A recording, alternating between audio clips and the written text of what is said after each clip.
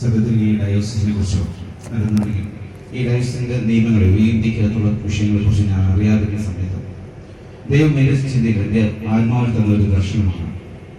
ഇന്ത്യക്കകത്തുള്ള നിയമങ്ങൾ വരുന്ന സഭകൾക്കെതിരെ ക്രിസ്തുവിന്റെ നാമത്തിൽ ആരാധിക്കുകയും ജീവിച്ചു വരുന്ന സഭകൾക്കെതിരെ തന്നെ നിയമപരമായി ഉള്ള പ്രശ്നങ്ങൾ വരുമെന്ന് ദൈവാത്മാവ് വെളിപ്പെടുത്തുക. അതിന് മധ്യേ നമ്മുടെ നിയമങ്ങൾക്ക് അനുസൃതമായി തന്നെ എന്നാൽ അതേസമയം തന്നെ പരിശുദ്ധാത്മാവിനാൽ നയിക്കപ്പെടുന്ന ഒരു നിലവാരം ഉണ്ടാകുമെന്ന് ദൈവാത്മാവ് വെളിപ്പെടുത്തുന്നു. അങ്ങനെ ഒരു ആഗ്രഹം, അങ്ങനെ ഒരു ദർശനം ഞാൻ കുറേ ദേവദാസനുമായിട്ട് എൻ്റെ സഭയിൽ ദേവദാസനായിരിക്കുന്ന മനോജ്ഞമായിട്ട് ഞാൻ പറയുകയാണ്. അതിനെ തുടർന്നാണ് ദൈവം എനിക്ക് ഇങ്ങനെ ഒരു നിലവാരം ഇങ്ങനെ ആയിരിക്കാൻ ഈ ഒരു പദവി അറിയിപ്പാൻ തക്കൊണ്ട് ദൈവം എന്നെ സഹായിച്ചത്. ഒരു വിധത്തിൽ ഓർത്ത് നോക്കിയാൽ ഇവിടെ ആയിരിക്കാൻ എനിക്കൊരു യോഗ്യത. ആ സ്ഥാനത്ത് എന്നെ നിലനിർത്തിയ ദൈവത്തിന് ഞാൻ നന്ദി പറയുന്നു. നിങ്ങൾ ഓരോരുത്തരും പ്രാർത്ഥന എൻ്റെ ജീവിതത്തിൽ ശുശ്രൂഷയും ഓർത്ത് ചോദിച്ചുകൊണ്ട്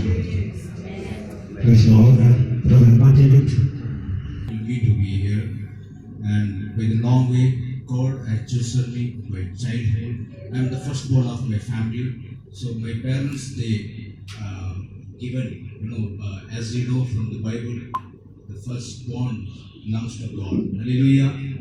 So this way, God, my parents, my family, they dedicated me to the ministry of God. And for many years, God has used me in different states for His glory. And I hope that this will be the more happiest day in my life, that God has anointed me by the great servant of God from abroad, and all along way He came to this India and blessed us. May God use us mightily in many states in India. Hallelujah. Hallelujah, so that His name only be glorified. Amen.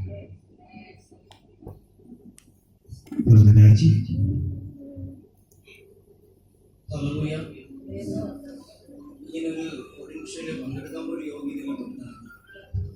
പക്ഷെ കർത്താവിന്റെ ഒരു കൃപയോട് മാത്രം ബൈബിളിനെ നമ്മൾ ചൊല്ലുന്ന Bible നമ്മൾ ചൊല്ലുന്നു. അതിന്റെ ജീവിതത്തിൽ വലിയൊരു സന്തോഷം. ഇങ്ങനെ ഒരു സ്തോത്രം ചർച്ചയെ കുറിച്ച് അറിയാനിടയാക്കിയത് ഞങ്ങളുടെ വീടിനടുത്തുള്ള ഏറ്റവും വലിയ ഫണ്ട്സായ ലോറൻസ് ബ്രദറും കുടുംബങ്ങളും.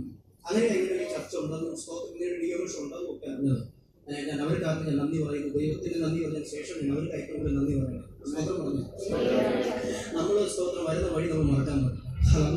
സ്തോത്രം എൻ്റെ കുടുംബമുണ്ട്. അതിനുപരി ഞാൻ എൻ്റെ പാസ്റ്ററിന് നന്ദി അറിയിക്കുന്ന പാസ്റ്റർ ഞാൻ സംസാരിച്ചപ്പോൾ ആദ്യം പറഞ്ഞത് വേറെ കുഴപ്പമൊന്നുമില്ല, ധൈര്യം പോകുന്നു, സ്തോത്രം കർത്താവ് കൂടെയുണ്ട്. ഞങ്ങളുടെ ഈ വേഷവിധാനങ്ങൾ എന്തെങ്കിലും ഭയപ്പെടുന്നു വേണ്ട. സ്തോത്രം വലിയൊരു പദവിയാണ് സ്വർഗ്ഗം ഞങ്ങൾക്ക് ഏൽപ്പിച്ചിരിക്കുന്നത്. ഒത്തിരി സ്ഥലത്ത് ഞങ്ങളെ പോലീസുകാർ തള്ളി മാറ്റിയിട്ടുണ്ട്, ജനങ്ങൾ തള്ളി മാറ്റിയിട്ടുണ്ട്. ഒരു പ്രൂഫും ഞങ്ങളുടെ കയ്യിൽ ഇല്ല. പക്ഷെ ഇപ്പോൾ ഞങ്ങൾ മനസ്സിലായി ആരും തള്ളാതെ വന്ന സ്വർഗ്ഗം 2018 ഡിസംബർ മാസത്തിൽ ഞാൻ ആക്കി ദൈവത്തിന് കൃപ തന്നെ പ്രാർത്ഥിക്കാൻ എൻ്റെ കുടുംബത്തെ പ്രാർത്ഥിക്കാം.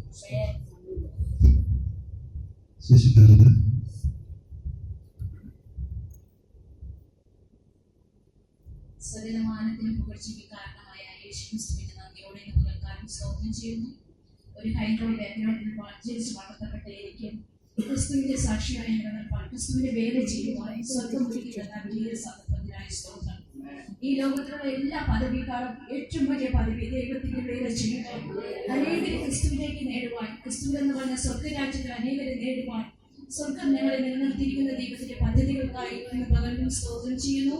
അധികാരത്തോടെ ദൈവത്തിന്റെ വേലയെ ചെയ്യുവാൻ, ഈ ലോകത്തിൽ സകലത് മാറ്റി നിർത്തിയാലും സ്വർഗീയ മഹത്വത്തിന് ഒത്തവണ്ണം നിലനിൽക്കുവാൻ, സ്വർഗീയ വിളിക്കൊത്തവണ്ണം നിലനിൽപ്പാൻ സ്വർഗ്ഗം കൃപ ചെയ്തു.